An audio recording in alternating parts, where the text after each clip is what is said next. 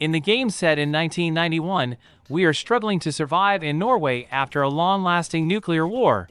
Our goal is to survive and collect the items we will need on the way. On the basis of the production called Vigor, we reach an area, settle in an abandoned house here and try to collect items by having online experiences. We have the opportunity to improve our house. This development system proceeds step by step schematically.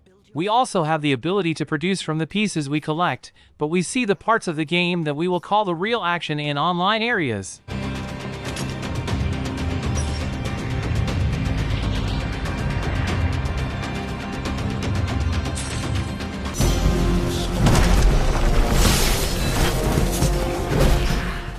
Tribes of Midgard, it is a co-op game that uniquely blends action, survival, and roguelike elements. Players must protect their village from invading hordes, deadly spirits, and colossal monsters who want to destroy the sacred tree Yggdrasil seed, which they have sworn to protect. Only by protecting the seed can you and your tribe stop Ragnarok, the end of the world. Embark on an adventure with your tribe through the wilderness of Midgard to gather precious resources, hunt mythical beasts, defeat mighty foes, smash giants, and obtain treasures. The farther you get from the village, the greater the challenge and the rewards. You will have to confront the ever-growing minions of the apocalypse. But you must return before sunset so you can bolster your defenses, craft powerful equipment, and fend off night attacks.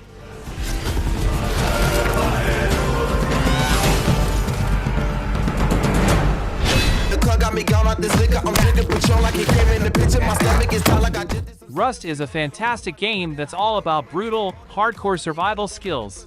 On the other hand, you'll almost certainly come across some people in public servers that are merciless, making getting started a little difficult. Provided you avoid helicopters, wild animals, and don't let your first home disintegrate while you're AFK, you should be able to get a good start in Rust with these fundamentals. That is, up until you have the right resources to blast any menacing wild boar or nosy neighbor back to where they came from. Rust is all about building yourself up from nothing, and likely later losing it all in a PvP shootout, but that's part of the fun.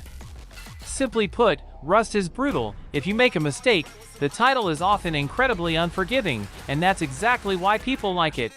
Rust is one for those who have a little more time to commit to their survival experience, and fortunately for you, the game continues to evolve in terms of its community and grow in terms of its content. So, you've got plenty of exciting savagery to be getting up to.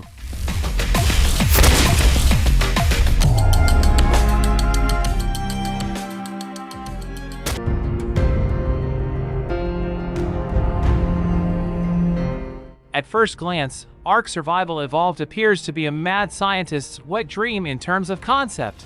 It borrows plenty of elements from science fiction tropes, like an enclosed island with hidden futuristic technology and guns too. However, what makes Ark stand out is its local fauna or creatures, dinosaurs. You can capture, tame, and ride velociraptor-like creatures and even use them to fight some nasty T-Rex dinos. You can even capture and tame the T-Rex yourself. Moreover, Ark's fascinating creature feature doesn't stop with dinosaurs. They also have plenty of other more alien-looking beings and even bosses that can be crucial to gameplay. It still has the standard survival fare of collecting, crafting, and looking after your needs, meaning survival is still the top priority here.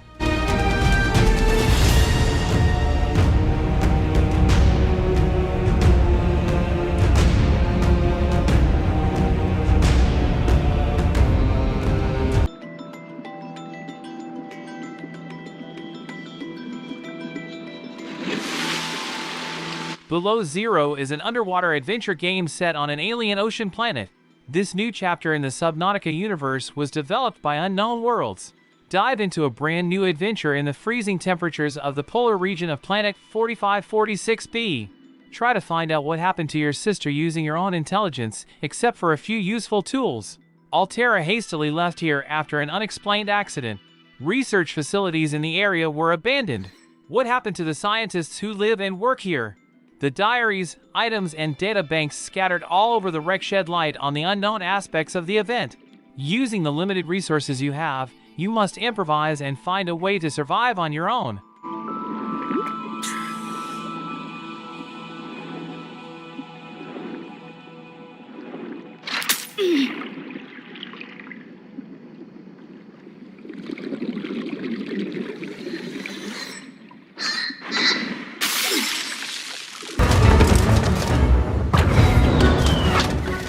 Minecraft, typically, revolves around starting with nothing and then destroying the surrounding terrain to gather and craft resources. You build your base, kill some animals for food, and then it's time to go down in the mines. Given the Minecraft Caves update recently, going down to the mines to hunt for diamonds and iron has never been more exciting. Your Minecraft experience is your own, so it's up to you if you invite friends, join public servers, or go slay the Ender Dragon solo. Either way, Minecraft is vibrant and developer Mojang simply keep adding more content. This content takes a long while to come out, but it's usually so worth it when it does.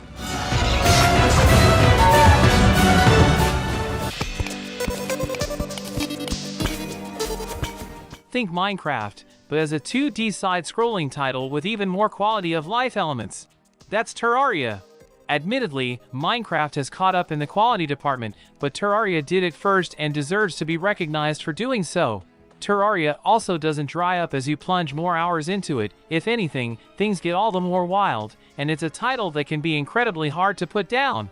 Your time surviving in Terraria is accompanied by a soundtrack that'll be stuck in your head for an eternity, and the title also hosts a lot of RPG elements that you often miss out in some survival games. You can befriend NPCs, defeat bosses, and play multiplayer with pals if you don't fancy exploring dungeons and villages solo.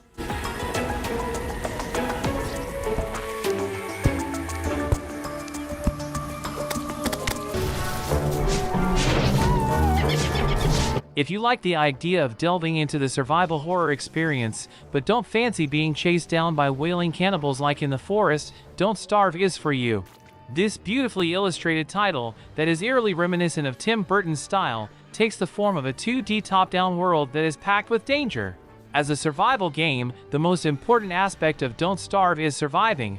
This means you won't be concentrating on building your first base and fleeing from danger, but you'll be finding ways to actively face and overcome it instead. As a result, you'll find yourself crafting and using contraptions galore to keep enemies from harming you as you navigate this sepia world. Don't Starve feels so whimsical, and this is through a combination of art and gameplay. You start with little to no knowledge of this fantastical but dangerous realm, and so much of the fun is derived from discovery and learning. Additionally, if gathering resources and fending off werpigs alone seems daunting, Don't Starve Together is the multiplayer version of the game, and is arguably one of the best co-op games out there.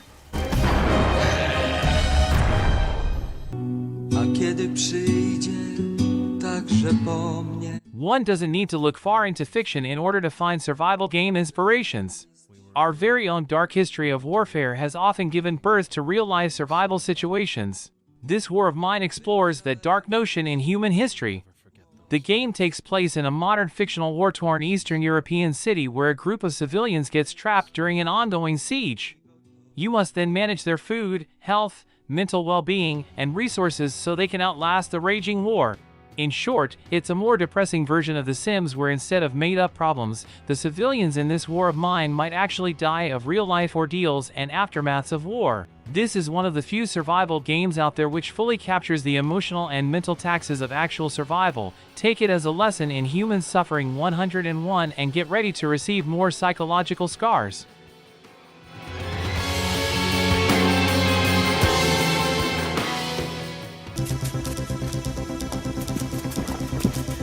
No Man's Sky wasn't one of the best survival games of all time when it first launched. It would be years before the space exploration title felt like a fully fledged game.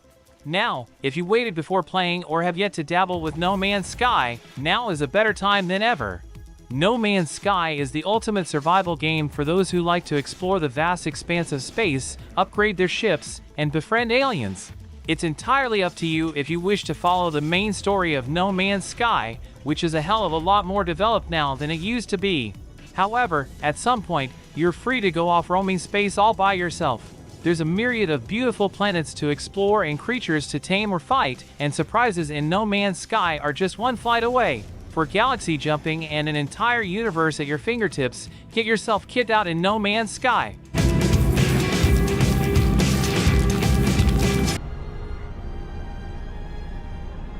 Few apocalypse survival sims manage to capture the actual intensity and desperation of trying to survive in a wasteland. That's why Frostpunk is a whole new world of pain and depression even for those used to apocalypse games. Frostpunk showcases the plight of the survivors of a climate apocalypse where the world is plunged into sub-zero temperatures, forcing most of life to die in the white void.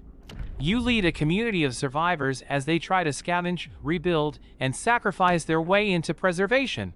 Frostpunk introduces new survival mechanics never before utilized in any video game. By the end of a story playthrough, you'll be feeling the chill and the heartlessness of its wasteland. You lead a community of survivors as they try to scavenge, rebuild, and sacrifice their way into preservation. Frostpunk introduces new survival mechanics never before utilized in any video game. By the end of a story playthrough, you'll be feeling the chill and the heartlessness of its wasteland.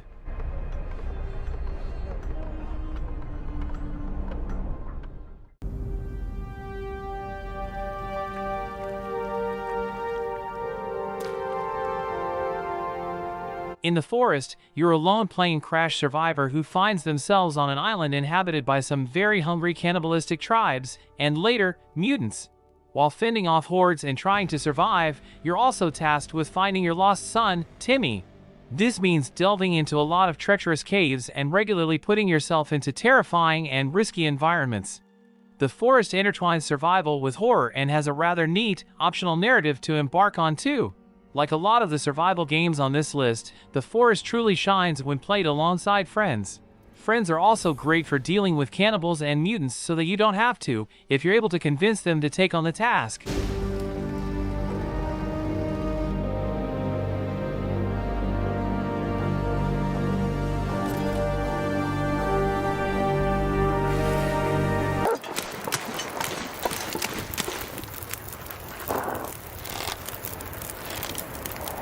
Most survival games in this list make the actual act of surviving look fun and sterilized. In reality, it's often lonely, hopeless, and cold. After all, you're pretty much devoid of all the comforts you had and you simply can't build a new home just by smashing some trees together. The Long Dark understands that you can't have nice things realistically, so they don't hand it over to you like you're Robinson Crusoe. Instead, the Long Dark makes you trudge through endless snow, ghost towns, and bleakness. The only other sentient life you'll find in droves are hungry wolves who are in the same circumstance as you are. Despite how desperate the situation is in the Long Dark, it still makes you feel like you're in a post-apocalypse or climate disaster movie, meaning you'll want more of it after getting a taste of what true survival feels like.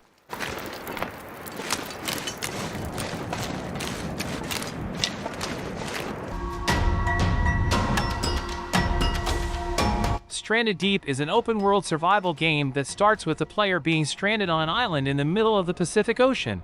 The game features great survival and base-building mechanics similar to Rust, which is combined with hunting wildlife, fighting bosses, and exploring the vast sea. Its main difference is that it only includes a co-op mode, and thus there is no PvP, where players can steal loot from others.